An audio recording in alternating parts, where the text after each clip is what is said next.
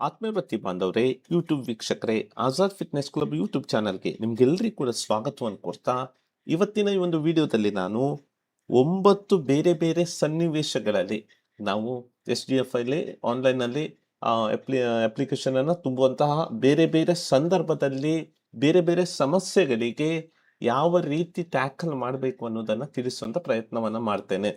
So ಇವತ್ತಿನ video ಅನ್ನುವಂಥದ್ದು 9 ಸನ್ನಿವೇಶ. ಇದರಲ್ಲಿ ನಾವು ಯಾವ ರೀತಿ ಆ ಸನ್ನಿವೇಶವನ್ನು ಟ್ಯಾಕಲ್ ಮಾಡಬೇಕು, ಸಮಸ್ಯೆಯನ್ನು ಬಗೆಹರಿಸಬೇಕು ಅಂತ ತಿಳಿಸುವಂತ ಪ್ರಯತ್ನವನ್ನ ಮಾಡ್ತೇನೆ.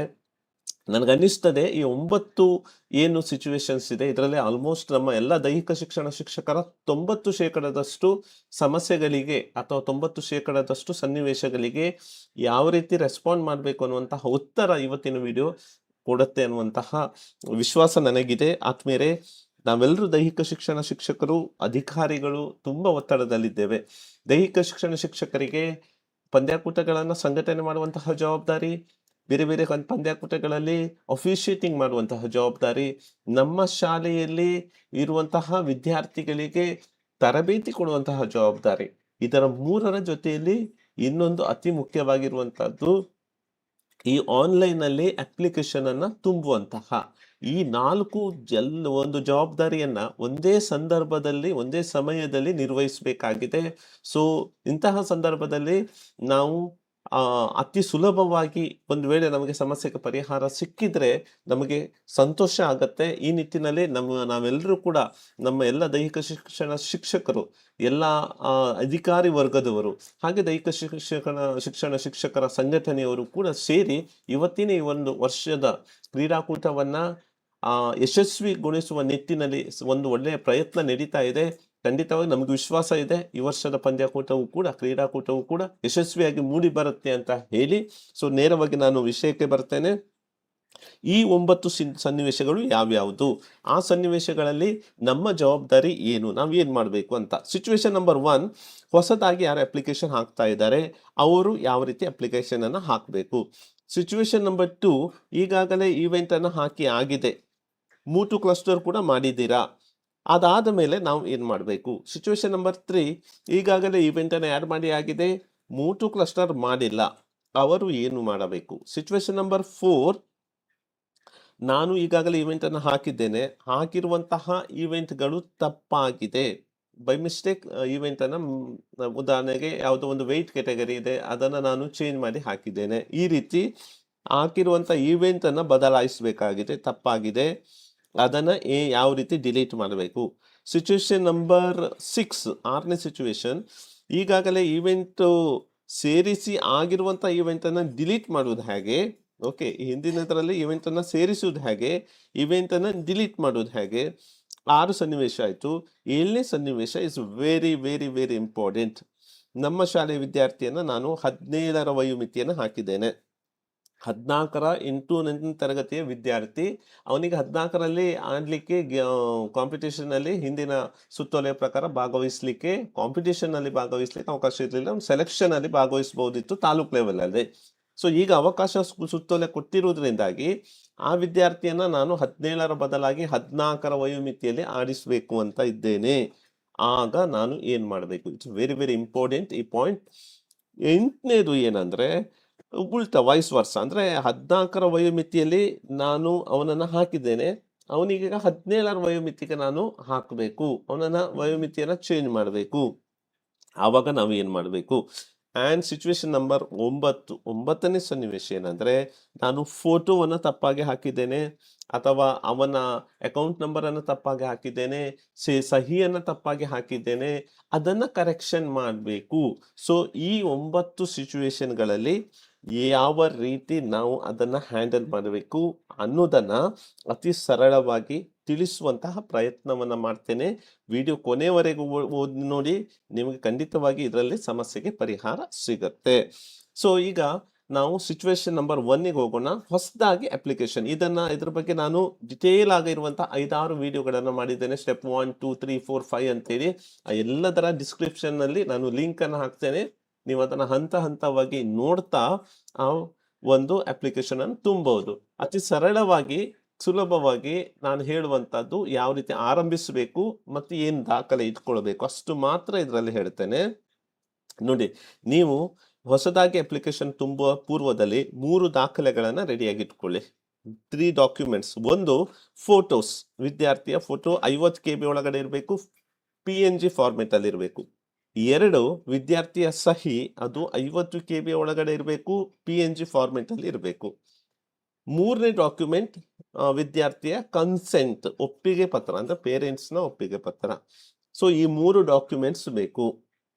ಅದಾದ್ಮೇಲೆ 5 ರೀತಿಯ ಮಾಹಿತಿ ಬೇಕಾಗತ್ತೆ. ಒಂದು, ಸ್ಯಾಟ್ಸ್ ನಂಬರ್ ಬೇಕು. 2ನೇದು ವಿದ್ಯಾರ್ಥಿಯ ಪರ್ಸನಲ್ ಐಡೆಂಟಿಫಿಕೇಶನ್ ಮಾರ್ಕ್ಸ್ ಬೇಕು. 3ನೇದು ವಿದ್ಯಾರ್ಥಿಯ ಅಕೌಂಟ್ ಡೀಟೇಲ್ಸ್ ಬೇಕು, ಅಕೌಂಟ್ ನಂಬರ್ ಮತ್ತೆ IFSC ಕೋಡ್. 4ನೇದು ವಿದ್ಯಾರ್ಥಿಯ ಶೂಸ್ ಸೈಜು. 5ನೇದು ವಿದ್ಯಾರ್ಥಿಯ ಟ್ರ್ಯಾಕ್ ಸೂಟ್ ಸೈಜ್. ಈ 5 ಮಾಹಿತಿಗಳು, ಇನ್ಫಾರ್ಮೇಶನ್, 3 ಡಾಕ್ಯುಮೆಂಟ್ಸ್, ಈ 8 ಇದ್ದರೆ ನೀವು ಈಗಲೇ ಇವತ್ತೇ ಕೂತ್ಕೊಂಡು ಅಪ್ಲಿಕೇಶನ್ ಅನ್ನ ತುಂಬಬಹುದು, ಹೊಸದಾಗಿ ತುಂಬುವವರು. ಸೊ ಯಾವ ರೀತಿ ಆರಂಭಿಸಬೇಕು ಅಷ್ಟನ್ನೇ ಹೇಳ್ತೇನೆ. ನೋಡಿ, ಇಲ್ಲಿ ಹೊಸದಾಗಿ ತುಂಬುವವರು ನೇರವಾಗಿ ಇಲ್ಲಿ ಎಂಟರ್ ಸ್ಯಾಟ್ಸ್ ನಂಬರ್ ಅಂತ ಇದೆ, ಇಲ್ಲಿ ನೀವು ಸ್ಯಾಟ್ಸ್ ನಂಬರ್ ಅನ್ನ ಹಾಕ್ತೀರಿ. ಓಕೆ, ಸೊ ಇಲ್ಲಿ ನಾನು ಹೊಸದಾಗಿ ಒಂದು ಸ್ಯಾಟ್ಸ್ ನಂಬರ್ ಅನ್ನು ಹಾಕ್ತೇನೆ. 1205062228. ಸೊ ಇದಿಷ್ಟನ್ನ ಹಾಕಿ ಇಲ್ಲಿ ನೀವು ಫೆಚ್ ಅಂತ ಕೊಡ್ತೀರಿ. ಫೆಚ್ ಅಂತ ಕೊಟ್ಟ ತಕ್ಷಣ ಇಲ್ಲಿ ಅಪ್ಲಿಕೇಶನ್ ಓಪನ್ ಆಗುತ್ತೆ. ಅಪ್ಲಿಕೇಶನ್ ಅಲ್ಲಿ ನೀವು ಇಲ್ಲಿ ಏಜ್ ಕೆಟಗರಿ, ಪಾರ್ಟಿಸಿಪೇಷನ್ ಟೈಪ್, ಹೀಗೆಲ್ಲ ಮಾಹಿತಿಗಳನ್ನ ತುಂಬ್ತಾ ಹೋಗ್ಬೇಕು. ಅದಾದ್ಮೇಲೆ ವ್ಯೂ ಕೊಡ್ಬೇಕು. ಅದಾದ್ಮೇಲೆ ವಿದ್ಯಾರ್ಥಿಗಳ ಡಾಕ್ಯುಮೆಂಟ್ಸ್ ಎಲ್ಲ ಅಪ್ಲೋಡ್ ಮಾಡಬೇಕು. ಸೊ ಇದರ ಬಗ್ಗೆ ಡೀಟೇಲ್ ಆದ ವಿಡಿಯೋಸ್ ಇದೆ, ಡಿಸ್ಕ್ರಿಪ್ಷನ್ ಅಲ್ಲೂ ಕೂಡ ನಾನು ಹಾಕಿದ್ದೇನೆ. ನನ್ನ ಯೂಟ್ಯೂಬ್ ಚಾನಲ್ ಕೂಡ ಅದರಲ್ಲೂ ಕೂಡ ನಿಮ್ಗೆ ಸಿಗತ್ತೆ. ಸೊ ನೀವು ಆ ಬೆಲ್ ಅನ್ನ ಒತ್ತಿದ್ರೆ, ಚಾನಲ್ ಅನ್ನು ಸಬ್ಸ್ಕ್ರೈಬ್ ಮಾಡಿ, ಎದುರುಗಡೆ ಇರುವಂತಹ ಬೆಲ್ ಐಕನ್ ಅನ್ನು ಒತ್ತಿದ್ರೆ ನಾನು ಹಾಕಿರುವಂತಹ ಎಲ್ಲ ವಿಡಿಯೋಸ್ ನೇರವಾಗಿ ನೀವು ಯೂಟ್ಯೂಬ್ ಓಪನ್ ಮಾಡ್ತಾನೆ ಬರುತ್ತೆ. ನಿಮ್ ಮಾಹಿತಿ ಬೇಕಂತಾದ್ರೆ ಅದನ್ನು ಮಾಡಬಹುದು. Okay, so next situation number 2. ಈಗ ನಾನು ವಿದ್ಯಾರ್ಥಿಯ ಇವೆಂಟ್ ಅನ್ನು ಈಗಾಗಲೇ ಹಾಕಿದ್ದೇನೆ, ಮೂಟು ಕ್ಲಸ್ಟರ್ ಕೂಡ ಮಾಡಿದ್ದೇನೆ. ನಾನು ಏನು ಮಾಡಬೇಕು? ಸೊ ಈಗ ಫಸ್ಟಿಗೆ ನೀವು ಅಂಥವರು ರಿವ್ಯೂಗೆ ಹೋಗಬೇಕು. ಓಕೆ, ನೀವು ಈಗಾಗಲೇ ಹಿಂದೆ ಹೊಸ ಸುತ್ತೋಲೆ ಬರುವ ಪೂರ್ವದಲ್ಲಿ ಅಪ್ಲಿಕೇಶನ್ ಹಾಕಿದ್ದೀರಾ. ಅಲ್ಲಿ ನೀವು 2ನೇದಾಗಿ ಸಬ್ಮಿಟೆಡ್ ಅಪ್ಲಿಕೇಶನ್ ಅಂತ ಏನಿದೆ ಅದ್ರ ಮೇಲೆ ನೀವು ಕ್ಲಿಕ್ ಮಾಡಬೇಕು.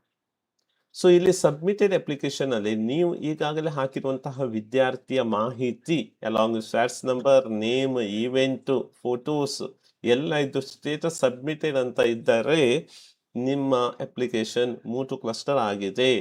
ಓಕೆ, ಈಗ ಇನ್ನೊಂದು ಅತಿ ಮುಖ್ಯವಾದ ಮಾಹಿತಿ ಅಂದ್ರೆ, ಹೊಸ ಸುತ್ತೋಲೆ ಬರುವ ಪೂರ್ವದಲ್ಲಿ ಯಾರ್ಯಾರು ಮೂಟು ಕ್ಲಸ್ಟರ್ ಮಾಡಿದ್ದೀರಾ, ಈವೆಂಟ್ ಆದವರು, ಈವೆಂಟ್ ಆಗದೇ ಇದ್ದವರು, ಮೂಟು ಕ್ಲಸ್ಟರ್ ಮಾಡಿದ ಎಲ್ಲ ಅಪ್ಲಿಕೇಶನ್ಸ್ ವಾಪಸ್ ಬಂದಿದೆ ಅಂದ್ರೆ ನೀವೇನು ಚಿಂತೆ ಮಾಡೋ ಅವಶ್ಯಕತೆ ಇಲ್ಲ. ಬಟ್ ಅದನ್ನ ಇನ್ನೊಮ್ಮೆ ಮೂಟು ಕ್ಲಸ್ಟರ್ ಮಾಡಬೇಕಾಗಿದೆ. ನೀವು ಕೇಳ್ಬೋದು, ನಿಮ್ದು ಇದೆ ಅಲ್ವಾ ಸರ್ ಅಂತ ಕೇಳ್ಬೋದು. ಇಲ್ಲ, ಇದು ನಾನು ಹೊಸದಾದ ಸುತ್ತೋಲೆ ಬಂದ ನಂತರ ನಿನ್ನೆ ನಾನು ಮಾಡಿರುವಂತದ್ದು ಮೂಟು ಕ್ಲಸ್ಟರ್. ಆ ಮಾಹಿತಿ ಮಾತ್ರ ಇಲ್ಲಿ ಇದೆ, ಬೇರೆ ಯಾವುದೇ ಮಾಹಿತಿ ಇಲ್ಲ. ಸೊ ನೀವು ಹಾಕಿರುವಂತದ್ದು ಅಂದ್ರೆ ಪೂರ್ವದಲ್ಲಿ ಹೊಸ ಏನು ಸುತ್ತೋಲೆ ಬಂದಿದೆ ಅದರ ಪೂರ್ವದಲ್ಲಿ ಸಬ್ಮಿಟ್ ಮಾಡಿರುವಂತದ್ದು, ಮೂಟು ಕ್ಲಸ್ಟರ್ ಮಾಡಿರುವಂತಹ ಎಲ್ಲ ಅಪ್ಲಿಕೇಶನ್ಸ್, ಇಲ್ಲಿ 3ನೇ ಮಾಹಿತಿಯನ್ನು ಕಾಣ್ತೀರಲ್ವಾ, ಪೆಂಡಿಂಗ್ ಅಪ್ಲಿಕೇಶನ್ಸ್ ಅಂತ. ಈ ಪೆಂಡಿಂಗ್ ಅಪ್ಲಿಕೇಶನ್ಸ್ ಅಲ್ಲಿ ಸ್ಟೇಟಸ್ ಪೆಂಡಿಂಗ್ ಅಂತ ಏನ್ ಕಾಣ್ತಾ ಇದ್ದೀರಿ, ಇಲ್ಲಿ ಇರ್ತದೆ. ಸೊ ಇಲ್ಲಿ ಇದೆಯಾ ಅನ್ನೋದನ್ನ ನೋಡಿ ಖಚಿತಪಡಿಸಿಕೊಳ್ಳಿ. ಓಕೆ, ಸೊ ಇಲ್ಲಿ ಇರ್ತದೆ, 100% ಇಲ್ಲೇ ಇದ್ದೇ ಇರ್ತದೆ. ಸೊ ಇಲ್ಲಿ ಇದ್ದಾಗ ನಾವು ಏನು ಮಾಡಬೇಕು? ಸೊ ಈಗ ಇದು ಸಿಚುವೇಶನ್ ನಂಬರ್ 2. ಸಿಚುವೇಶನ್ ನಂಬರ್ 3, ಈಗಾಗಲೇ ನಾನು ಈವೆಂಟ್ ಅನ್ನ ಹಾಕಿದ್ದೇನೆ, ಈವೆಂಟ್ ಸರಿಯಾಗಿದೆ, ಮೂಟು ಕ್ಲಸ್ಟರ್ ಮಾಡಲಿಲ್ಲ, ನಾನೇನು ಮಾಡಬೇಕು? ಸೊ 2 ಮತ್ತು 3ನೇ ಸಿಚುವೇಶನ್ ಅವರು, ಮೂಟು ಕ್ಲಸ್ಟರ್ ಮಾಡಿದವರು, ಮೂಟು ಕ್ಲಸ್ಟರ್ ಮಾಡದೇ ಇರುವವರು, ನೀವು ಇಬ್ಬರೂ ಕೂಡ ನಾನು ಏನು ಹೇಳ್ತಾ ಇದ್ದೇನೆ ಅದೇ ಸ್ಟೆಪ್ ಅನ್ನ ಅನುಸರಿಸಬೇಕು. ಓಕೆ, ಅದು ಏನು ಅಂದ್ರೆ ಮೂಟು ಕ್ಲಸ್ಟರ್ ಮಾಡುವಂತದ್ದು. ಮೂಟು ಕ್ಲಸ್ಟರ್ ಮಾಡುವಂತಹ ವಿಧಾನವನ್ನ ಹಿಂದಿನ ವಿಡಿಯೋದಲ್ಲೂ ನಾನು ತಿಳಿಸಿದ್ದೇನೆ. ಇನ್ನೊಮ್ಮೆ ನಿಮಗೆ ಶಾರ್ಟ್ಕಟ್ ಆಗಿ ಸಂಕ್ಷಿಪ್ತವಾಗಿ ತಿಳಿಸ್ತೇನೆ. ಸೊ ಬ್ಯಾಕ್ ಟು ರಿವ್ಯೂ ಅಂತ ಬರ್ತೀರಿ. ಸೊ ಇಲ್ಲಿ ನೀವು ಕಾಣ್ತಾ ಇರುವಂತದ್ದು ನೋಡಿ, ಅಪ್ಲಿಕೇಶನ್ ರಿವ್ಯೂ ಅಲ್ಲಿ ಇದ್ದೀರಿ ನೀವು. ಇಲ್ಲಿ ನಿಮಗೆ ಬ್ಯಾಕ್ ಟು ಡ್ಯಾಶ್ ಬೋರ್ಡ್, ಇಲ್ಲಿ ನೇರವಾಗಿ ಬರುತ್ತೆ 4ನೇ ಆಪ್ಷನ್ 1 2 3 4 5 5ನೇ ಆಪ್ಷನ್ ಮೂವ್ ಟು ಕ್ಲಸ್ಟರ್ ಅಂತ ಇದೆ. ಮೂವ್ ಟು ಕ್ಲಸ್ಟರ್ ಅಂತ ನೀವು ಕ್ಲಿಕ್ ಮಾಡಿ ಈಗ ನೀವು ಏನ್ ಮಾಡ್ಬೇಕು ಅಂದ್ರೆ ಆ ಒಂದು ವಿದ್ಯಾರ್ಥಿಯನ್ನ ಮುಂದಿನ ಹಂತಕ್ಕೆ ಮೂವ್ ಮಾಡಬೇಕು. ಮುಂದಿನ ಹಂತಕ್ಕೆ ಮೂವ್ ಮಾಡ್ಬೇಕಾದ್ರೆ ನೀವು ಆ ಒಂದು ವಿದ್ಯಾರ್ಥಿಯ ಏನು ಡೀಟೇಲ್ಸ್ ಇದೆ ಅದನ್ನ ಮೊದಲು ಸಂಗ್ರಹ ಮಾಡ್ಕೊಳ್ಬೇಕು. ಉದಾಹರಣೆಗೆ ನಾನೀಗ ಇಲ್ಲಿ ರಿವ್ಯೂ ಮೇಲೆ ಹೋಗಿ ಪೆಂಡಿಂಗ್ ಅಲ್ಲಿ ಇರುವಂತ ಒಂದು ವಿದ್ಯಾರ್ಥಿಯನ್ನ ನೋಡ್ತೇನೆ. Pending applications. ಓಕೆ, ಇಲ್ಲಿರುವಂತಹ ಒಂದು ವಿದ್ಯಾರ್ಥಿ ಉದಾಹರಣೆಗೆ ಈಗ ಕರಾಟೆ 50+ ಅಂತ ಇದೆ. ಓಕೆ, ಅಥವಾ ನೆಟ್ ಬಾಲ್ ಅಂತ ಇದೆ. ಓಕೆ, ಈ ಒಂದು ವಿದ್ಯಾರ್ಥಿಯ ಸ್ಯಾಟ್ಸ್ ನಂಬರ್ ಅನ್ನ ನಾನು ಮೊದಲು ತಗೊಳ್ತೇನೆ. ಇಲ್ಲಿಂದ ಕಾಪಿ ಆಗುತ್ತೆ, ನೀವು ಕಾಪಿ ಮಾಡ್ಕೊಳ್ಬಹುದು. ಕಾಪಿ ಅಂತ ತಗೊಂಡಿದ್ದೇನೆ ನೋಡಿ. ನೆಟ್ ಬಾಲ್ ಇದೆ, ಆ ಒಂದು ವಿದ್ಯಾರ್ಥಿ ಪೆಂಡಿಂಗ್ ಲಿಸ್ಟ್ ಅಲ್ಲಿ ಇದೆ. ಓಕೆ, ಸೊ ಇಲ್ಲಿ ನಾನು ಆ ಒಂದು ವಿದ್ಯಾರ್ಥಿ ನೆಟ್ ಬಾಲ್. ಓಕೆ, ಸೊ ಇಲ್ಲಿ ಬ್ಯಾಕ್ ಟು ಡ್ಯಾಶ್ ಬೋರ್ಡ್, ಅದಾದ ಮೇಲೆ ಇಲ್ಲಿ move to cluster. Okay, boys under 17 net ball. Okay, netball ನೋಡಿ, ಇದು ಅಲ್ಫಾಬೆಟಿಕಲ್ ಆರ್ಡರ್ ಅಲ್ಲಿ ಇರುತ್ತೆ. ಓಕೆ, ಇಲ್ಲಿ ಗಮನಿಸಿ, ನೀವು ಇಲ್ಲಿ ಅಪ್ಲಿಕೇಶನ್ಸ್ ಮೇಲೆ ಹೋದ್ರೆ ನಿಮ್ಗೆ ಸಿಗಲ್ಲ. ಇಲ್ಲಿ ಮೂವ್ ಟು ಕ್ಲಸ್ಟರ್ ಮೇಲೆ ಕ್ಲಿಕ್ ಮಾಡ್ಬೇಕು. ಇಲ್ಲಿ ಕೆಲವರು ಅಪ್ಲಿಕೇಶನ್ಸ್ ಮೇಲೆ ಕ್ಲಿಕ್ ಮಾಡಿ ನನ್ ಮೂವ್ ಟು ಕ್ಲಸ್ಟರ್ ಆಗೋದಿಲ್ಲ ಅಂತ ಹೇಳ್ತಾರೆ. ಸೊ ನೀವು ಅಪ್ಲಿಕೇಶನ್ ಅಲ್ಲ, ಬದಲಾಗಿ ಮೂವ್ ಟು ಕ್ಲಸ್ಟರ್ ಮೇಲೆನೆ ಹೋಗ್ಬೇಕು. ಸೊ ಇಲ್ಲಿ ನಾನು ಗೇಮ್ಸ್ ಅಂತ ಸೆಲೆಕ್ಟ್ ಮಾಡ್ತೇನೆ, ಫೆಚ್ ಅಂತ ಕೊಡ್ತೇನೆ. ಸೊ ಇಲ್ಲಿ ಯಾವ ಗೇಮ್ ಅಂತ ಕೇಳ್ತದೆ, ನೆಟ್ ಬಾಲ್. ನೆಟ್ ಬಾಲ್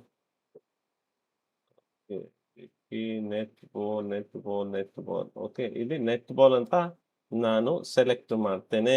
ಇಲ್ಲಿ ನೆಟ್ ಬಾಲ್ ಅಲ್ಲಿ ಹಾಕಿರುವಂತಹ ವಿದ್ಯಾರ್ಥಿಯ ಮಾಹಿತಿ ಸಿಗುತ್ತೆ. ಸೊ ಇಲ್ಲಿ ಗಮನ ಇರ್ಲಿ, ನೀವು ಯಾವ ಗೇಮ್ ಅನ್ನು ಹಾಕ್ತಾ ಇದ್ದೀರಾ ಆ ಗೇಮ್ ನಲ್ಲಿ ಮಿನಿಮಮ್ ನಂಬರ್ ಆಫ್ ಪ್ಲೇಯರ್ಸ್. ಉದಾಹರಣೆ ಖೋಖೋ ಆದ್ರೆ 9 ಪ್ಲೇಯರ್ಸ್ ಆಗಿರ್ಲೇಬೇಕು.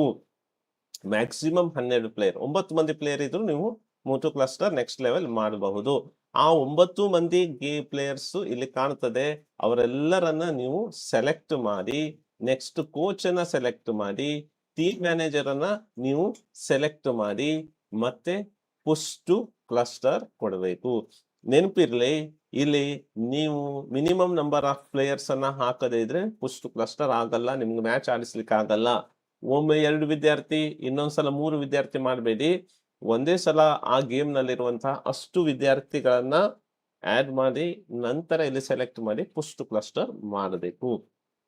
ಸೊ ಇದು ನಾನು 3ನೇ ಮತ್ತು ಈಗಾಗಲೇ ಇವೆಂಟ್ ಅನ್ನ ಹಾಕಿದ್ದೀರಾ, ಮೂವ್ ಟು ಕ್ಲಸ್ಟರ್ ಮಾಡಿ ಆಗಿದೆ, ಅವರಿಗೂ ಕೂಡ ಇದೇ ರೀತಿ ಇನ್ನೊಮ್ಮೆ ನೀವು ಪುಶ್ ಟು ಕ್ಲಸ್ಟರ್ ಮಾಡಬೇಕು. ಇವೆಂಟ್ ಗಳನ್ನ ಹಾಕಿದ್ದೀರಾ, ಮೂವ್ ಟು ಕ್ಲಸ್ಟರ್ ಮಾಡಿಲ್ಲ, ಅವರಿಗೂ ಕೂಡ ಇದೇ ಮಾದರಿಯಲ್ಲಿ ನಾವು ಪುಶ್ ಟು ನೆಕ್ಸ್ಟ್ ಲೆವೆಲ್ ಮಾಡಬೇಕು. ಸೊ ಈಗ ನೆಕ್ಸ್ಟ್ ಲೆವೆಲ್ ಮಾಡಿದ್ರೆ ಮಾತ್ರ ನಿಮ್ಗೆ ಅಪ್ಲಿಕೇಶನ್ ಪ್ರಿಂಟ್ ತೆಗಿಲಿಕ್ಕೆ ಬರುತ್ತೆ. ಸೊ ಇಲ್ಲಿ ನಾನು ಪುಶ್ ಟು ಕ್ಲಸ್ಟರ್ ಅಂತ ನಾನು ಕೊಡ್ತೇನೆ. ಇಲ್ಲಿ ಫಸ್ಟ್ ಸೆಲೆಕ್ಷನ್ ಕೊಟ್ಟು ಪುಶ್ ಟು ಕ್ಲಸ್ಟರ್ ಅಂತ ನಾನು ಕೊಟ್ಟು ಮುಂದಿನ ಹಂತಕ್ಕೆ ಆ ವಿದ್ಯಾರ್ಥಿಯನ್ನ ಪುಶ್ ಮಾಡ್ತೇನೆ. ಓಕೆ, ಸೊ ಇದು 2 ಮತ್ತು 3ನೇಯ ಸಮಸ್ಯೆಗೆ ಪರಿಹಾರ. ಸಿಚುವೇಶನ್ ನಂಬರ್ 4 ಅನ್ನ ನೋಡೋಣ. ಈಗ ನಾನು ಹಾಕಿರುವಂತಹ ಈವೆಂಟ್ ತಪ್ಪಾಗಿದೆ. ನಾನು ಈಗಲೇ ಈವೆಂಟ್ ಹಾಕಿದ್ದೇನೆ ಈಗಾಗಲೇ, ಆದ್ರೆ ಈವೆಂಟ್ ತಪ್ಪಾಗಿದೆ. ನಾನೇನು ಮಾಡಬೇಕು? ಆ ಈವೆಂಟ್ ಅನ್ನ, ತಪ್ಪಾಗಿರುವಂತ ಈವೆಂಟ್ ಅನ್ನ ಡಿಲೀಟ್ ಮಾಡೋದು ಹೇಗೆ? ಸೊ ಇದಕ್ಕೆ ನೀವು ಆ ಈವೆಂಟ್ ಅನ್ನ ಡಿಲೀಟ್ ಮಾಡ್ಲಿಕ್ಕೆ ಎಲ್ಲಿ ಹೋಗ್ಬೇಕು ಅಂದ್ರೆ ಆಡ್ ಇವೆಂಟ್ ಮೇಲೆ ಹೋಗ್ಬೇಕು. ಆಡ್ ಇವೆಂಟ್ ಮೇಲೆ ಹೋಗಿ ಇಲ್ಲಿ ನೀವು ಆ ಒಂದು ವಿದ್ಯಾರ್ಥಿಯ ಈವೆಂಟ್ ಅನ್ನ ಸ್ಯಾಟ್ಸ್ ನಂಬರ್ ಅನ್ನ ಇಲ್ಲಿ ಹಾಕಬೇಕು. ಓಕೆ, ವಿದ್ಯಾರ್ಥಿಯ ಸ್ಯಾಟ್ಸ್ ನಂಬರ್ ಅನ್ನ ಹಾಕಿ ಫೆಚ್ ಅಂತ ನೀವು ಕೊಡ್ತೀರಿ. ಈ ರೀತಿ ಫೆಚ್ ಅಂತ ಕೊಟ್ಟಾಗ ನೀವು ಈಗಾಗಲೇ ಯಾವ ವಿದ್ಯಾರ್ಥಿ ಈವೆಂಟ್ ಅನ್ನ ಹಾಕಿದ್ದೀರಾ ಆ ಒಂದು ವಿದ್ಯಾರ್ಥಿಯ ಈವೆಂಟ್ ಇಲ್ಲಿ ನಿಮಗೆ ಕಾಣ್ಲಿಕ್ಕೆ ಸಿಗುತ್ತೆ. ಸೊ ಆ ಒಂದು ವಿದ್ಯಾರ್ಥಿಯ ಆ ಒಂದು ಈವೆಂಟ್ ಅನ್ನ ನೀವು ಡಿಲೀಟ್ ಮಾಡಬಹುದು. ಇಲ್ಲಿ ನೀವು ಕಾಣ್ತಾ ಇದ್ದೀರಿ ಎಡಭಾಗದಲ್ಲಿ ಅಂಡರ್ 17 ಅಂತ ಇದೆ, ನೆಟ್ ಬಾಲ್ ಅಂತ ಇದೆ. ಈಗ ನಾನು ಹಾಕಿರುವಂತದ್ದು ಇದು ಬಹಳ ಸುಲಭ. ಇಲ್ಲಿ ನೋಡಿ, ನೀವು ಡಿಲೀಟ್ ಅಂತ ಇದೆ, ಅದರ ಮೇಲೆ ಕ್ಲಿಕ್ ಮಾಡಿದ್ರಾಯ್ತು. ಓಕೆ, ಈಗ ಇವೆಂಟ್ ನೀವು ಇಲ್ಲಿ ರಿಫ್ರೆಶ್ ಅಂತ ಇದೆ, ರಿಫ್ರೆಶ್ ಮೇಲೆ ಕ್ಲಿಕ್ ಮಾಡಿದ್ರೆ 0 ಅಂತ ತೋರಿಸ್ತದೆ. ಈಗ ನಾನು ಹಾಕಿದಂತ ನೋಡಿ, sub event move to deleted list successfully, event delete ಆಗಿದೆ. ಸೊ ಈ ರೀತಿ ನಾನು ಈಗಾಗಲೇ ಹಿಂದೆ ಇವೆಂಟ್ ಹಾಕಿದ್ದೇನೆ, ಆ ಇವೆಂಟ್ ತಪ್ಪಾಗಿದೆ ಅಂತ ಆದ್ರೆ ಆ ಇವೆಂಟ್ ಅನ್ನ ನಾವು ಡಿಲೀಟ್ ಮಾಡ್ಲಿಕ್ಕೂ ಕೂಡ ಇಲ್ಲಿ ಅವಕಾಶವನ್ನ ಕಲ್ಪಿಸಿಕೊಡಲಾಗಿದೆ. ಸಿಚುವೇಶನ್ ನಂಬರ್ 6, ಇವೆಂಟ್ ಅನ್ನ ಆಡ್ ಮಾಡ್ಬೇಕು. ಒಂದು ವಿದ್ಯಾರ್ಥಿ ಅವನು 2 ಇವೆಂಟ್ ಆಡ್ ಮಾಡಿದ್ದೇನೆ, 3ನೇ ಇವೆಂಟ್ ಅನ್ನು ಹೊಸ ಇವೆಂಟ್ ಅನ್ನ ಆಡ್ ಮಾಡ್ಬೇಕು. ಆಡ್ ಮಾಡುವಂತಹ ವಿಧಾನ ಹೇಗೆ? ಇದು ತುಂಬಾ ಸುಲಭವಾಗಿರುವಂತಹದ್ದು. ಸೊ ಇಲ್ಲಿ ನೀವು ಕಾಣ್ತಾ ಇದ್ದೀರಿ, ಇಲ್ಲಿ ಚೇಂಜ್ ಮಾಡ್ಲಿಕ್ಕೆ ಬರಲ್ಲ ನೋಡಿ, ಏಜ್ ಚೇಂಜ್ ಮಾಡ್ಲಿಕ್ಕೆ ಬರಲ್ಲ. ಈಗ ಇಲ್ಲಿ ಗ್ರೂಪ್ ಅನ್ನ ಹಾಕ್ತೇನೆ, ಇಲ್ಲಿ ಕೆಟಗರಿ ಗೇಮ್ಸ್ ಅನ್ನ ತಗೊಳ್ತೇನೆ. ಓಕೆ, ಡಿಸೆಬಿಲಿಟಿ, ಜೆಂಡರ್ ಏನು ಮಾಡ್ಲಿಕ್ಕೆ ಆಗಲ್ಲ. ಇಲ್ಲಿ ನಾನು ಕ್ರಿಕೆಟ್ ಅನ್ನ ಹಾಕ್ತೇನೆ, ಸಬ್ ಇವೆಂಟ್ ಬರಲ್ಲ, ಅದರಲ್ಲಿ ಆಡ್ ಇವೆಂಟ್ ಅಂತ ಕೊಡ್ತೇನೆ. ಈಗ ಇವೆಂಟ್ ಆಡೆಡ್ ಸಕ್ಸಸ್ಫುಲಿ. ಈ ರೀತಿ ನಾನು ಇವೆಂಟ್ ಅನ್ನು ಆಡ್ ಮಾಡ್ಬೋದು. ಚೆಕ್ ಮಾಡ್ಲಿಕ್ಕೆ ಹಾಗೆ ನೋಡಿ, ಇಲ್ಲಿ ರಿಫ್ರೆಶ್ ಅಂತ ಕ್ಲಿಕ್ ಮಾಡಿದ್ರೆ ಈಗ ಬಂತು ಅಂಡರ್ 17 ಗರ್ಲ್ಸ್ ಕ್ರಿಕೆಟ್, ಇಲ್ಲಿ ಇವೆಂಟ್ ಆಡ್ ಆಗಿದೆ. ಈ ರೀತಿ ನಾನು ವಿದ್ಯಾರ್ಥಿಯ ಇವೆಂಟ್ ಅನ್ನು ಆಡ್ ಮಾಡಬಹುದು. ಸೊ 6 ಸಿಚುವೇಶನ್ ಹೇಳಿದೆ. ಸಿಚುವೇಶನ್ ನಂಬರ್ 7, 7ನೇ situation, it's very very important. ಹೊಸ ಸುತ್ತೋಲೆ ಏನು ಬಂದಿದೆ, ಆ ಸುತ್ತೋಲೆ ಬಂದ ನಂತರ ಈ ಒಂದು ಆಪ್ಷನ್ ಅನ್ನ ಕೊಡುವುದಕ್ಕಾಗಿಯೇ ನಿಮ್ಗೆ ಉಳಿದಂತ ಎಲ್ಲ ಆಪ್ಷನ್ ಸಿಕ್ಕಿರುವಂತದ್ದು. ನೆನ್ಪಿಟ್ಕೊಳ್ಳಿ, ರೋಲ್ ಬ್ಯಾಕ್ ಆಪ್ಷನ್ ಮೊದಲು ಇರ್ಲಿಲ್ಲ, ಎಡಿಟ್ ಮಾಡ್ಲಿಕ್ಕೆ ಇರ್ಲಿಲ್ಲ, ಡಿಲೀಟ್ ಮಾಡ್ಲಿಕ್ಕೆಲ್ಲ ಕಷ್ಟ ಆಗ್ತಾ ಇತ್ತು. ಬಟ್ ಈಗ ಇಲ್ಲಿ ಇದೊಂದು ಆಪ್ಷನ್ ಅನ್ನ ಕೊಡುವ ಉದ್ದೇಶದಿಂದಾಗಿ ಎಲ್ಲರಿಗೂ ಫ್ಲೆಕ್ಸಿಬಿಲಿಟಿಯನ್ನ ಕೊಟ್ಟಿದ್ದಾರೆ. ಸೊ ನೀವು ಯಾವ ರೀತಿಯಲ್ಲಿ ಏನೇನ್ ಮಾಡ್ಬೇಕು ಅಲ್ಲ ನಾನು ಹೇಳ್ತಾ ಇದ್ದೇನೆ. ಸೊ ಇದು 7ನೇ ಸಿಚುವೇಶನ್ ಏನಂದ್ರೆ, ಒಂದು ವಿದ್ಯಾರ್ಥಿಯನ್ನ ನೀವು 14ರ ವಯೋಮಿತಿಯಲ್ಲಿ ಹಾಕಿದ್ದೀರಾ, ಆ ಒಂದು ವಿದ್ಯಾರ್ಥಿಯನ್ನ 17ರ ವಯೋಮಿತಿಗೆ ಚೇಂಜ್ ಮಾಡ್ಬೇಕು. ಇಲ್ಲಿ ನೋಡಿ, ಈ ಒಂದು ವಿದ್ಯಾರ್ಥಿಯನ್ನ ನನಗೆ ಇಲ್ಲಿ ಚೇಂಜ್ ಮಾಡ್ಲಿಕ್ಕೆ ಅವಕಾಶ ಸಿಗ್ತಾ ಇಲ್ಲ. ಓಕೆ, ಅಂಡರ್ 17 ಇದ್ದಾರೆ, ಅಂಡರ್ 14 ಇದ್ರು ಕೂಡ ಇಲ್ಲಿ ನಮಗೆ 17 ಮಾಡ್ಲಿಕ್ಕೆ ನೇರವಾಗಿ ಅವಕಾಶ ಸಿಗುವುದಿಲ್ಲ. ಸೊ ಆವಾಗ ನಾನು ಕೆಟಗರಿಯನ್ನ ಯಾವ ರೀತಿ ಚೇಂಜ್ ಮಾಡ್ಬೇಕು? ಈಗ ನಮ್ಮ ಶಾಲೆಯಲ್ಲಿ 14ರ ವಯೋಮಿತಿಯಲ್ಲಿ ಹಿಂದಿನ ನಿಯಮದಂತೆ ಅವರಿಗೆ ಆಡ್ಲಿಕ್ಕೆ ಕಾಂಪಿಟಿಷನ್ ನಲ್ಲಿ ಭಾಗವಹಿಸ್ಲಿಕ್ಕೆ ಅವಕಾಶ ಇರಲಿಲ್ಲ. ಹೊಸ ನಿಯಮ 14ರ ವಯೋಮಿತಿಯಲ್ಲಿ ತಂಡವಾಗಿ ಹೋಬಳಿ ಮಟ್ಟದಿಂದಲೇ ಭಾಗವಹಿಸ್ಲಿಕ್ಕೆ ಅವಕಾಶವನ್ನ ನೀಡಿರುವುದರಿಂದಾಗಿ ಆ ಒಂದು ವಿದ್ಯಾರ್ಥಿಯನ್ನ ನಾನು 14ರ ಟೀಮ್ ಅಲ್ಲೇ ಆಡಿಸ್ತೇನೆ, 17ರಿಂದ ತೆಗಿತೇನೆ ಅಂತ ಆದ್ರೆ ನೀವು ಈ ಹಂತವನ್ನ ಅನುಸರಿಸಬೇಕು. ಯಾವ ಹಂತ ನೀವು ಮಾಡ್ಬೇಕಾದದ್ದು? ಓಕೆ, ಇದು ಸಿಚುವೇಶನ್ ನಂಬರ್ 7. ಸಿಚುವೇಶನ್ ನಂಬರ್ 8 ಅನ್ನು ಇವಾಗಲೇ ಹೇಳಿಬಿಡ್ತೇನೆ. 14ರ ವಯೋಮಿತಿಯಲ್ಲಿ ಇದ್ದೀರಾ ನೀವು, ಅವರನ್ನ 17ರ ವಯೋಮಿತಿ ಮಾಡ್ಬೇಕು. 17ರ ವಯೋಮಿತಿಯಲ್ಲಿ ಹಾಕಿದ್ದೀರಾ, 14ರ ವಯೋಮಿತಿಗೆ ಮಾಡ್ಬೇಕು. ಸೊ ಈ 7 ಮತ್ತು 8ನೇ ಸಿಚುವೇಶನ್ ಆಲ್ಮೋಸ್ಟ್ ಸೇಮ್ ಇದೆ. ಬಟ್ ಅಂದ್ರೆ ಇನ್ ಶಾರ್ಟ್ ಅವರ ಕೆಟಗರಿಯನ್ನ ಚೇಂಜ್ ಮಾಡುವಂತದ್ದು. ಅದಕ್ಕಾಗಿ ನೀವು ಮಾಡಬೇಕಾದದ್ದು ಬ್ಯಾಕ್ ಹೋದ ಮೇಲೆ ಇಲ್ಲಿ ನೀವು ರಿವ್ಯೂ ನಂತರ ಇಲ್ಲಿ ಎಡಭಾಗದಲ್ಲಿ ನೀವು ಕಾಣ್ತೀರಿ ರೋಲ್ ಬ್ಯಾಕ್ ಆಪ್ಷನ್ ಅಲ್ಲಿ ನೀವು ಯಾವ ವಿದ್ಯಾರ್ಥಿಯನ್ನ ರೋಲ್ ಬ್ಯಾಕ್ ಮಾಡಬೇಕು ಅಂತ ಇದ್ದೀರಿ, ಅಂದ್ರೆ ಅವನ ಕೆಟಗರಿಯನ್ನ ಚೇಂಜ್ ಮಾಡಬೇಕು ಅಂತ ಇದ್ದೀರಿ, ಆ ಒಂದು ವಿದ್ಯಾರ್ಥಿನಿಯನ್ನ ನೀವೇನ್ ಮಾಡ್ಬೇಕು ಅಂದ್ರೆ ಇಲ್ಲಿ ಸೆಲೆಕ್ಟ್ ಮಾಡ್ಬೇಕು. ಸೊ ಅತಿ ಮುಖ್ಯವಾದ ಮಾಹಿತಿ ನೋಡಿ, 14ರ ವಯೋಮಿತಿಯವರೆಗೆ 17ರಲ್ಲಿ ಆಡ್ಲಿಕ್ಕೆ ಅವಕಾಶ ಇದೆ. ಸೊ ನಾನು ಒಂದು ವಿದ್ಯಾರ್ಥಿಯನ್ನ ರೋಲ್ ಬ್ಯಾಕ್ ಮಾಡ್ತೇನೆ, ಅಂದ್ರೆ ಅವರ ಕೆಟಗರಿಯನ್ನ ಚೇಂಜ್ ಮಾಡ್ಲಿಕ್ಕೆ ನಾನು ರೋಲ್ ಬ್ಯಾಕ್ ಅಂತ ಕ್ಲಿಕ್ ಮಾಡ್ತೇನೆ. ಇಲ್ಲಿ ಒಂದು ಮಾಹಿತಿ ಬರುತ್ತೆ ನೋಡಿ, are you sure you want to roll back this application? ನೀವು ಅದನ್ನ ಒಂದು ಸಲ ಮಾಡಿದ್ರೆ this action cannot be undone. ಒಂದ್ಸಲ ಮಾಡಿದ್ಮೇಲೆ ಮತ್ತೆ ಅದನ್ನ ಅಂಡು ಮಾಡ್ಲಿಕ್ಕೆ ಆಗಲ್ಲ, ವಾಪಸ್ ಮಾಡ್ಲಿಕ್ಕೆ ಆಗಲ್ಲ. ನೀವು ಓಕೆ ಅಂತ ಕೊಡ್ತೀರಿ. ಓಕೆ ಅಂತ ಕೊಟ್ಟ ಮೇಲೆ ಇಲ್ಲಿ ಕರ್ನಾಟಕ ಸ್ಪೋರ್ಟ್ಸ್ ಪೋರ್ಟಲ್ ಅಂತ ಬಂದಿದೆ ನೋಡಿ, ಅಲ್ಲಿ ವಿದ್ಯಾರ್ಥಿಯ ರೋಲ್ ಬ್ಯಾಕ್ ಆಗ್ತಾ ಇದೆ. ನೀವು ಹಾಕಿದ ಎಲ್ಲಾ ಅಪ್ಲಿಕೇಶನ್, ಆ ಒಂದು ವಿದ್ಯಾರ್ಥಿ ಅಪ್ಲಿಕೇಶನ್ ಅದು ವಾಪಸ್ ಬರ್ತದೆ. ಅದು ಏನ್ ಮಾಡ್ಬೇಕು, ಹ್ಯಾಕ್ ಮಾಡ್ಬೇಕು, ಕೆಟಗರಿ ಚೇಂಜ್, ಅದನ್ನ ನಾವು ಗಮನಿಸುವ. ಓಕೆ, ಸೊ ನಾನು ಹಾಕಿದಂತಹ ರೋಲ್ ಬ್ಯಾಕಿಗೆ ಹಾಕಿದಂತ ಇದೊಂದು ಸ್ವಲ್ಪ ಟೈಮ್ ತಗೊಳ್ತದೆ. ನೆನ್ಪಿರ್ಲಿ, ನೀವು ಹಾಕಿದ ತಕ್ಷಣ ಆಗೋದಿಲ್ಲ, ಇಟ್ ವಿಲ್ ಟೇಕ್ ಟೈಮ್, ಸ್ವಲ್ಪ ಸಮಯವನ್ನ ತಗೊಳ್ತದೆ. ತಗೊಂಡಾದ ಮೇಲೆ ನೀವು ಮತ್ತೆ ಎಲ್ಲಿ ಹೋಗ್ಬೇಕು ಅಂದ್ರೆ ಬ್ಯಾಕ್ ಟು ರಿವ್ಯೂಗೆ ಬ್ಯಾಕ್ ಹೋಗ್ತೀರಿ. ರಿವ್ಯೂಗೆ ಬ್ಯಾಕ್ ಹೋದ ಮೇಲೆ ಇಲ್ಲಿ ನೀವು ಏನ್ ಮಾಡ್ಬೇಕು ಅಂದ್ರೆ ಬ್ಯಾಕ್ ಟು ಡ್ಯಾಶ್ ಬೋರ್ಡಿಗೆ ಹೋಗ್ತೀರಿ. ಅದಾದ ಮೇಲೆ ಇಲ್ಲಿ ನೀವು ಮಾಡಬೇಕಾಗಿರುವಂತದ್ದು ಎಂಟರ್ ಸ್ಯಾಟ್ಸ್ ನಂಬರ್ ಅಂತ ಇದೆ. ಇಲ್ಲಿ ಆ ಒಂದು ವಿದ್ಯಾರ್ಥಿಯ ಸ್ಯಾಟ್ಸ್ ನಂಬರ್ ಅನ್ನ ಹಾಕಬೇಕು.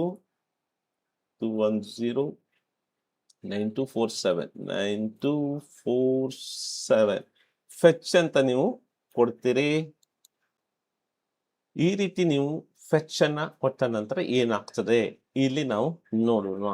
ಓಕೆ, ಸೊ ಸಿಚುವೇಶನ್ ನಂಬರ್ 7 ಹೇಳಿದೆ ನಾನು ಯಾವ ರೀತಿ ರೋಲ್ ಬ್ಯಾಕ್ ಮಾಡೋದು. 7 and 8 14ರ ವಯೋಮಿತಿಯವರನ್ನ 17ರ ವಯೋಮಿತಿ, 17ರ ವಯೋಮಿತಿಯವರನ್ನ 14ರ ವಯೋಮಿತಿ. ಇಲ್ಲಿ ನೆನಪಿರ್ಲಿ 17ರಲ್ಲಿ 14 ಎಲಿಜಿಬಿಲಿಟಿಯಲ್ಲಿ ಇದ್ದವರು ಮಾತ್ರ, ಅಂದ್ರೆ 14ರ ವಯೋಮಿತಿಯಲ್ಲಿ ಬರುವಂತಹ ವಿದ್ಯಾರ್ಥಿಗಳು ಮಾತ್ರ 17ರ ವಯೋಮಿತಿಗೆ ಅವರು ಅರ್ಹತೆಯನ್ನ ಪಡೀತಾರೆ.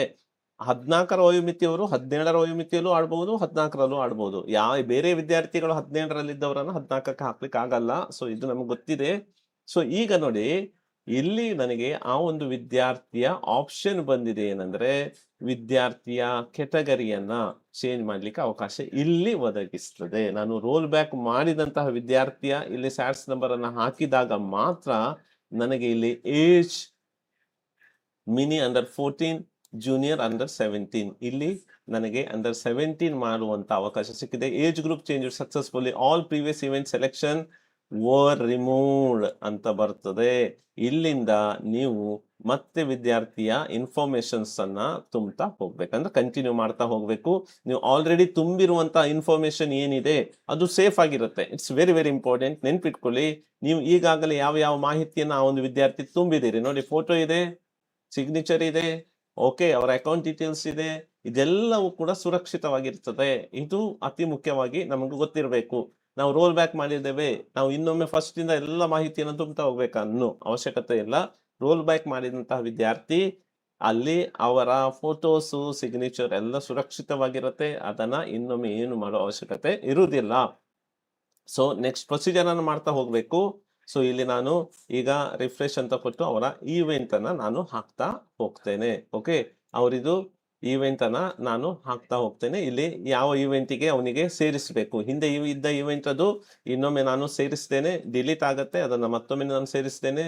ಇಲ್ಲಿ ಗೇಮ್ಸ್, ಓಕೆ, ಗೇಮ್ಸ್ ಅಂತ ಹಾಕಿ ಇಲ್ಲಿ ಯಾವ ಗೇಮ್, ಉದಾಹರಣೆಗೆ ಫುಟ್ಬಾಲ್ ಸಬ್ ಕೆಟಗರಿ ಬರಲ್ಲ, ಅದರಲ್ಲಿ ಆಡ್ ಇವೆಂಟ್ ಮಾಡ್ತೇನೆ. ಇವೆಂಟ್ ಆಡ್ ಆಯ್ತು, ಆಡೆಡ್ ಸಕ್ಸಸ್ಫುಲಿ ಆಯ್ತು. ಅದಾದ್ಮೇಲೆ ವ್ಯೂ ಕೊಡ್ತೇನೆ. ನಂತರ ನೋಡಿ ಇಲ್ಲಿ ವ್ಯೂ ಕೊಡ್ಬೇಕು. ಆಡ್ ಇವೆಂಟ್ ಆದ್ಮೇಲೆ ನೀವು ವ್ಯೂ ಕೊಟ್ಟ ತಕ್ಷಣ ಒಂದು ವಿದ್ಯಾರ್ಥಿ ಎಲ್ಲ ಮಾಹಿತಿಗಳು ಸಿಗುತ್ತೆ ನಿಮ್ಗೆ. ನೀವು ಈಗಾಗಲೇ ಹಾಕಿರುವಂತಹ ಫೋಟೋ, ಈಗಾಗಲೇ ಹಾಕಿರುವಂತಹ ಸಿಗ್ನೇಚರ್, ಈಗಾಗಲೇ ಅಪ್ಲೋಡ್ ಮಾಡಿರುವಂತಹ ದಾಖಲೆಗಳು ಇರುತ್ತೆ. ಓಕೆ, ಸೊ ಇಲ್ಲಿ ನೋಡಿ ಎಲ್ಲ ದಾಖಲೆ, ಫೋಟೋ, ಸಿಗ್ನೇಚರ್, ಅಕೌಂಟ್ ಡೀಟೇಲ್ಸ್ ಎಲ್ಲ ಇದೆ. ಅದ್ರ ಮೇಲೆ ನೀವು ಎಡಿಟ್ ಮೇಲೆ ಕ್ಲಿಕ್ ಮಾಡ್ತೀರಿ. ಎಡಿಟ್ ಮೇಲೆ ಕ್ಲಿಕ್ ಮಾಡಿದ ನಂತರ ನೋಡಿ ಏಜ್ ಗ್ರೂಪ್ ಸಕ್ಸಸ್ಫುಲಿ ಚೇಂಜ್ ಆಗಿದೆ, all previous event selection var removed. ಅದಕ್ಕಿಂತ ಮೊದಲು ನೀವು ಯಾವ ಹಳೆ ಏಜ್ ಕೆಟಗರಿಯಲ್ಲಿ ಏನಿತ್ತು ಆ ಇವೆಂಟ್ ಎಲ್ಲ ಏನಾಗಿದೆ, ರಿಮೂವ್ ಆಗಿದೆ. ಇಲ್ಲಿ ಅಪ್ಡೇಟ್ ಅಂತ ಬರುತ್ತೆ, ಇನ್ನೊಮ್ಮೆ ಅಪ್ಡೇಟ್ ಮೇಲೆ ನೀವು ಕ್ಲಿಕ್ ಮಾಡ್ತೀರಾ. ಅಪ್ಡೇಟ್ ಮೇಲೆ ಕ್ಲಿಕ್ ಮಾಡಿ ಇಲ್ಲಿ ಹೊಸದಾಗಿ ಡಿಕ್ಲರೇಷನ್ ಫಾರ್ಮ್ ಅನ್ನ ಮಾತ್ರ ನೀವು ತುಂಬಬೇಕಾಗತ್ತೆ. ಇದು ನೆನಪಿರ್ಲಿ, ನಿಮ್ಮ ಡಿಕ್ಲರೇಷನ್ ಫಾರ್ಮ್ ನೀವು ಫಸ್ಟ್ ಟೈಮ್ ಅಲ್ಲಿ ಏನ್ ಮಾಡಿದ್ದೀರಿ ಆ ರೀತಿ ಡಿಕ್ಲರೇಷನ್ ಫಾರ್ಮ್ ಅನ್ನ ನೀವು ತುಂಬಬೇಕು ಆಗತ್ತೆ. ಇಲ್ಲಿ ಚೂಸ್ ಫೈಲ್ ಮೇಲೆ ಕ್ಲಿಕ್ ಮಾಡಿ ನೀವು ಆ ಡಿಕ್ಲರೇಷನ್ ಫಾರ್ಮ್ ಅನ್ನ ನೀವು PDF ಫಾರ್ಮ್ ಅನ್ನ ಹಾಕ್ತೀರಿ. ಅದಾದ್ಮೇಲೆ ಅಪ್ಲೋಡ್ ಫೈಲ್ ಅನ್ನ ಕೊಡ್ತೀರಿ. ಅದಾದ ಮೇಲೆ ಇಲ್ಲಿ ಸಬ್ಮಿಟ್ ಅಂತ ಏನಿದೆ, ಸಬ್ಮಿಟ್ ಮೇಲೆ ನೀವು ಕ್ಲಿಕ್ ಮಾಡ್ತೀರಾ. ಈ ರೀತಿ ಸಬ್ಮಿಟ್ ಮೇಲೆ ಕ್ಲಿಕ್ ಮಾಡಿ ನೀವು ಆಲ್ರೆಡಿ ಹಾಕಿರುವಂತಹ ಕೆಟಗರಿಯನ್ನ ಚೇಂಜ್ ಮಾಡಿದಿರಿ. ಸೊ ಇದಾದ ನಂತರ ನೆಕ್ಸ್ಟ್ ಪ್ರೊಸೀಜರ್ ಇರುವಂತದ್ದು ನಿಮ್ಗೆ ಗೊತ್ತಿದೆ, ಮೋಟು ಕ್ಲಸ್ಟರ್ ಮಾಡುವಂಥದ್ದು. ಅದನ್ನು ಹೇಗೆ ಮಾಡಬೇಕು ಅನ್ನೋದನ್ನ ನನ್ನ ಹಿಂದಿನ ವಿಡಿಯೋದಲ್ಲಿ ನಾನು ತಿಳಿಸಿದ್ದೇನೆ. Okay, next one more situation number 9. ನಾನು ಹಾಕಿರುವಂತ ಫೋಟೋ ತಪ್ಪಾಗಿದೆ, ವಿದ್ಯಾರ್ಥಿಯ ಸಹಿ ತಪ್ಪಾಗಿದೆ, ವಿದ್ಯಾರ್ಥಿಯ ಏನು ಡಾಕ್ಯುಮೆಂಟ್ ಇದೆ, ಕನ್ಸೆಂಟ್ ಲೆಟರ್ ಇದೆ, ಅದನ್ನು ತುಂಬಿರೋದು ತಪ್ಪಾಗಿದೆ. ಸೊ ಅದನ್ನು ನಾನು ಹೇಗೆ ಸರಿಪಡಿಸಬೇಕು, ಸಿಚುವೇಶನ್ ನಂಬರ್ 9. ಸೊ ಇಲ್ಲಿ ನಾನು ಬ್ಯಾಕ್ ಹೋಗ್ತೇನೆ. ಸಿಚುವೇಶನ್ ನಂಬರ್ 9 ಇಲ್ಲಿಯೂ ಕೂಡ ಸೇಮ್ ಅದೇ ಪ್ರೊಸೀಜರ್ ಅನ್ನ ಮಾಡಬೇಕು. ನೀವು ಫಸ್ಟ್ ಏನ್ ಮಾಡ್ಬೇಕು ಅಂದ್ರೆ ರಿವ್ಯೂಗೆ ಹೋಗಿ ರೋಲ್ ಬ್ಯಾಕ್ ಮಾಡ್ಬೇಕು. ಯಾವ ವಿದ್ಯಾರ್ಥಿಯ ಫೋಟೋಸ್ ಅನ್ನ ಚೇಂಜ್ ಮಾಡ್ಲಿಕ್ಕಿದೆ ಸೇಮ್ ಪ್ರೊಸೀಜರ್, ರೋಲ್ ಬ್ಯಾಕ್ ಹೋಗ್ಬೇಕು. ರೋಲ್ ಬ್ಯಾಕ್ ಹೋದ ಮೇಲೆ ಆ ಒಂದು ವಿದ್ಯಾರ್ಥಿಯ ಫೋಟೋಸ್ ಕಾಣ್ತದೆ. ಇಲ್ಲಿ ವಿದ್ಯಾರ್ಥಿಯ ಫೋಟೋವನ್ನ ಹಾಕ್ಬೇಕು. ಉದಾಹರಣೆಗೆ ನೋಡಿ ರಾಧಿಕಾ ಅಂತ ಇದ್ದಾಳೆ, ಆ ವಿದ್ಯಾರ್ಥಿಯನ್ನ ರೋಲ್ ಬ್ಯಾಕ್ ಮಾಡ್ತೇನೆ. ಫಸ್ಟ್ ನಾನು ಸ್ಯಾಟ್ಸ್ ನಂಬರ್ ಅನ್ನ ನೋಟ್ ಮಾಡಿ ಇಟ್ಕೊಳ್ತೇನೆ. ಓಕೆ, ರೋಲ್, ಇದನ್ನು ಕಾಪಿ ಆಗುತ್ತೆ, ಇದು ಕಾಪಿ ಮಾಡಿದ್ದೇನೆ. ಸೊ ಇಲ್ಲಿ ನಾನು roll back, action roll back ಅಂತ ಕೊಟ್ಟಿದ್ದೇನೆ. ಆಕ್ಷನ್ ರೋಲ್ ಬ್ಯಾಕ್ ಒಂದ್ಸಲ ಆದ್ಮೇಲೆ ಮತ್ತೆ ವಾಪಸ್ ತಗೊಳ್ಳಲ್ಲ ಅಂತ ಹೇಳುತ್ತೆ. ರೋಲ್ ಬ್ಯಾಕ್ ಕೊಟ್ಟ ಮೇಲೆ ನಾನು ಆ ಒಂದು ವಿದ್ಯಾರ್ಥಿಯ ಫೋಟೋವನ್ನ ಅಲ್ಲಿ ಚೇಂಜ್ ಮಾಡ್ಲಿಕ್ಕೆ ಅವಕಾಶ ಅದು ಕೊಡುತ್ತೆ. Okay, so roll back time ತಗೊಳತ್ತೆ. ರೋಲ್ ಬ್ಯಾಕ್ ಆಗ್ತಿದ್ದ ಮೇಲೆ ಸ್ವಲ್ಪ ಹೊತ್ತು ವೆಯ್ಟ್ ಮಾಡಿ, ಇಟ್ ವಿಲ್ ಟೇಕ್ ಟೈಮ್. ಅದಾದ ಮೇಲೆ ರೋಲ್ ಬ್ಯಾಕ್ ಆದ ಮೇಲೆ ನೀವು ಬ್ಯಾಕ್ ಹೋಗ್ತೀರಿ. ಬ್ಯಾಕ್ ಹೋಗಿ ಇಲ್ಲಿ ನೀವು ಏನ್ ಮಾಡ್ತೀರಿ ಅಂದ್ರೆ ಆ ರೋಲ್ ಬ್ಯಾಕ್ ಮಾಡಿರುವಂತಹ ಏನು ವಿದ್ಯಾರ್ಥಿ ಇದಾರಲ್ವಾ, ಆ ವಿದ್ಯಾರ್ಥಿಯನ್ನ ಈ ಹಿಂದಿನ ಸ್ಟೆಪ್ ಅಲ್ಲಿ ಮಾಡಿದ ರೀತಿಯಲ್ಲೇ ನೀವು ಆಡ್ ಇವೆಂಟ್ ಮೇಲೆ ಹೋಗಿ ಅಲ್ಲಿ ಆ ಒಂದು ವಿದ್ಯಾರ್ಥಿಯ ಸ್ಯಾಟ್ಸ್ ನಂಬರ್ ಅನ್ನ ಹಾಕ್ತೀರಿ. ನಾನೊಂದು ವಿದ್ಯಾರ್ಥಿ ಸ್ಯಾಟ್ಸ್ ನಂಬರ್, ರೋಲ್ ಬ್ಯಾಕ್ ಮಾಡಿರುವಂತ ವಿದ್ಯಾರ್ಥಿಯ ಸ್ಯಾಟ್ಸ್ ನಂಬರ್ ಅನ್ನ ಹಾಕ್ತೇನೆ, 9247. ಓಕೆ, ಸೊ ಹಾಕಿ ನಾನು ಫೆಚ್ ಅಂತ ಕೊಡ್ತೀರಿ. ಫೆಚ್ ಅಂತ ಕೊಟ್ಟ ತಕ್ಷಣ ಈ ರೋಲ್ ಬ್ಯಾಕ್ ಮಾಡಿರುವಂತಹ ವಿದ್ಯಾರ್ಥಿಯ ಮಾಹಿತಿಗಳು ಓಪನ್ ಆಗತ್ತೆ. ಸೊ ಇಲ್ಲಿ ಮಾಹಿತಿಗಳು ಓಪನ್ ಆಗತ್ತೆ. ಇದಾದ ಮೇಲೆ ನಾವು ಏನ್ ಮಾಡ್ಬೇಕು ಅಂದ್ರೆ, ಓಕೆ, ಇಲ್ಲಿ ವಿದ್ಯಾರ್ಥಿಯ ಮಾಹಿತಿ, ಓಕೆ, ಇದು ರೋಲ್ ಬ್ಯಾಕ್ ಮಾಡಿರುವಂತ ವಿದ್ಯಾರ್ಥಿ ನಾನು ಸಬ್ಮಿಟ್ ಕೊಟ್ಟಿದ್ದೇನೆ. ಆ ಒಂದು ವಿದ್ಯಾರ್ಥಿ ಅಲ್ಲ, ಇನ್ನೊಂದು ವಿದ್ಯಾರ್ಥಿಯ ಆಪ್ಷನ್ ಅನ್ನ ನಾನು ರೋಲ್ ಬ್ಯಾಕ್ ಮಾಡಿರುವಂತದ್ದು. ಸೊ ಇಲ್ಲಿ ಸೇಮ್ ಪ್ರೊಸೀಜರ್, ನಿಮ್ಗೆ ರೋಲ್ ಬ್ಯಾಕ್ ಮಾಡಿದ ಮೇಲೆ ಆ ಒಂದು ವಿದ್ಯಾರ್ಥಿ ಎಲ್ಲ ಮಾಹಿತಿಗಳು ನಿಮ್ಗೆ ಎಡಿಟ್ ಮಾಡ್ಲಿಕ್ಕೆ ಅವಕಾಶವನ್ನ ಕೊಡುತ್ತೆ. ಸೊ ಈಗ ನಾನು ರೋಲ್ ಬ್ಯಾಕ್ ಮಾಡಿರುವಂತಹ ವಿದ್ಯಾರ್ಥಿ ಹೆಸರನ್ನ ಒಂದು ಸ್ಯಾಟ್ಸ್ ನಂಬರ್ ಹಾಕ್ತೇನೆ. ಓಕೆ, ಫೆಚ್ ಅಂತ ಕೊಡ್ತೇನೆ.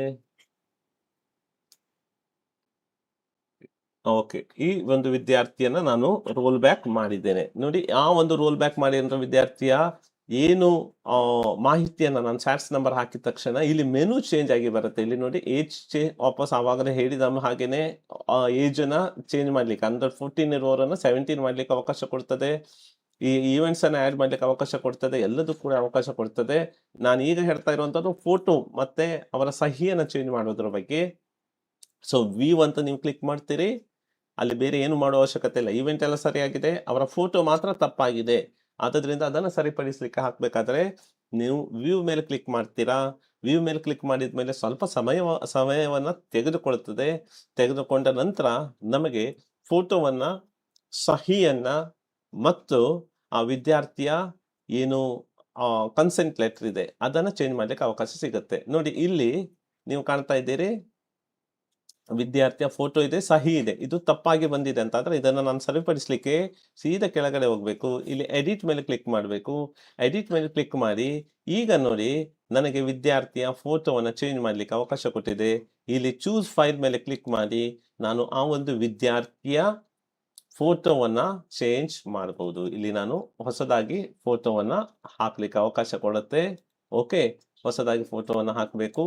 ಸೇಮ್ ಹಾಕಿದ ನಂತರ ನಾನು ಹಿಂದಿನ ವಿಡಿಯೋದಲ್ಲಿ ತಿಳಿಸಿದ್ದೇನೆ ಯಾವ ರೀತಿ ನೀವು ಫೋಟೋಸ್ ಅನ್ನ ಹಾಕ್ಬೇಕು ಅಂತೇಳಿ.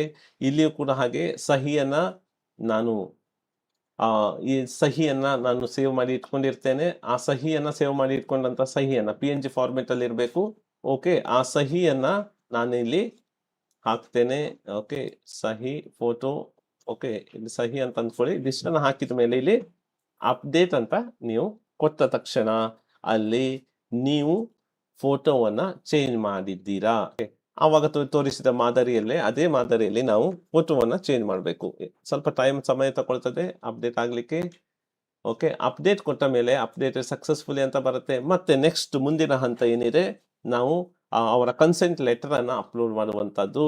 ಸೊ ಈ ರೀತಿ ನಾವು ಫೋಟೋವನ್ನ ಚೇಂಜ್ ಮಾಡಬಹುದು, ಸಹಿಯನ್ನ ಚೇಂಜ್ ಮಾಡಬಹುದು, ಕನ್ಸೆಂಟ್ ಲೆಟರ್ ಅನ್ನು ಕೂಡ ಚೇಂಜ್ ಮಾಡ್ಲಿಕ್ಕೆ ಅವಕಾಶ ಇದೆ. ಆದ್ಮೇಲೆ ಈ ಮಾದರಿಯಲ್ಲಿ ಅಂದ್ರೆ ನಾನು ಇವತ್ತು 9 ಸನ್ನಿವೇಶ ಇದೆ.